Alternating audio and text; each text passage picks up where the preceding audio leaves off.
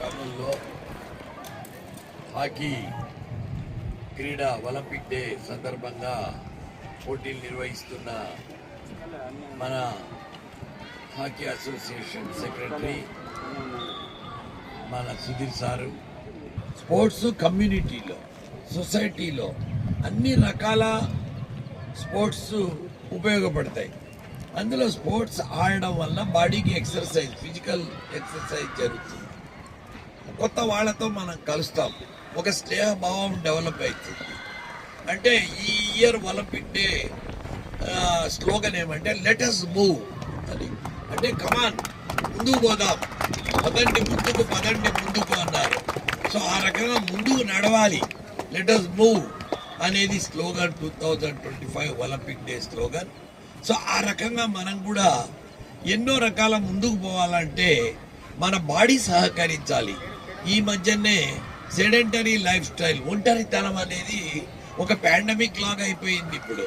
So social life అనేది ప్రతి ఒక్కరికి అవసరం. తోటి మనుషులతో కలగడం, ప్రయాణించడం, ముందు మంచి పనులు చేయడం, మంచి ఉద్దేశం కలిగి ఉండడం, ఒకరికొకరు సహకారం చేసుకోవడము, ఒకరి బాగు ఒకరు కోరుకోవడము, ఇటువంటివన్నీ కూడా స్పోర్ట్స్లో ఆ స్నేహ భావము, స్నేహశీలి తత్వము డెవలప్ అవుతుంది. అందుకే స్పోర్ట్స్ని ఎంకరేజ్ చేయడం జరుగుతుంది. తర్వాత స్పోర్ట్స్కు ఖర్చు పెట్టాల్సిన పని లేదు. పెద్ద ఖర్చు పెట్టి నేర్చుకునే విద్య కాదు ఇది. ఏ పెద్ద చదువులు ఫారిన్లో చదవాలంటే ఖర్చులు పెట్టాలా. స్పోర్ట్స్ గేమ్ జస్ట్ టైం కొద్దిగా చూసుకొని లీజర్ టైము మధ్యలో వచ్చి స్పోర్ట్స్ ఆడుకోవడానికి నేర్చుకోవడానికి ఏ టైం అక్కర్లేదు, ఏ ఖర్చు పెట్టనక్కర్లేదు. ఆరోగ్యం చాలా ఇంప్రూవ్ అవుతుంది. ఆరోగ్యం అంటే mental and physical both improve అవుతాయి. ఎందుకంటే ఆ మూమెంట్లో మనం ఉంటాం కాబట్టి, ఏకాగ్రత ఉంటుంది కాబట్టి ఈరోజు ఈ ఒలింపిక్ డే సందర్భంగా జరిగే ఈ హాకీ క్రీడ, ఎందుకంటే హాకీ అనగానే మనకు ధ్యాన్ చంద్ గుర్తొస్తాడు.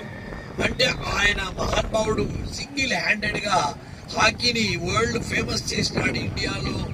ఇండియా అంటే నంబర్ 1 చేసినాడు. ఇప్పటికీ మన నేషనల్ గేమ్ హాకీనే. కాబట్టి మీరు హాకీలో ఆడడానికి హాకీని ఎంచుకోవడం, ముందుకు రావడం అనేది చాలా గర్వింపదగిన విషయము. సో ఈ స్పోర్ట్స్ మీరు ఏకాగ్రతతో, పరస్పర సహకారం అవసరము. ఇది టీమ్ గేము.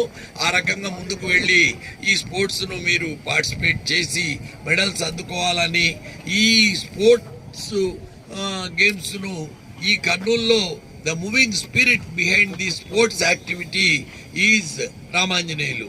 కాబట్టి ఆయనకు సహకరించాల్సిన అవసరం ఉంది. ఆయన్ను ఎనర్జైజ్ చేయాలి.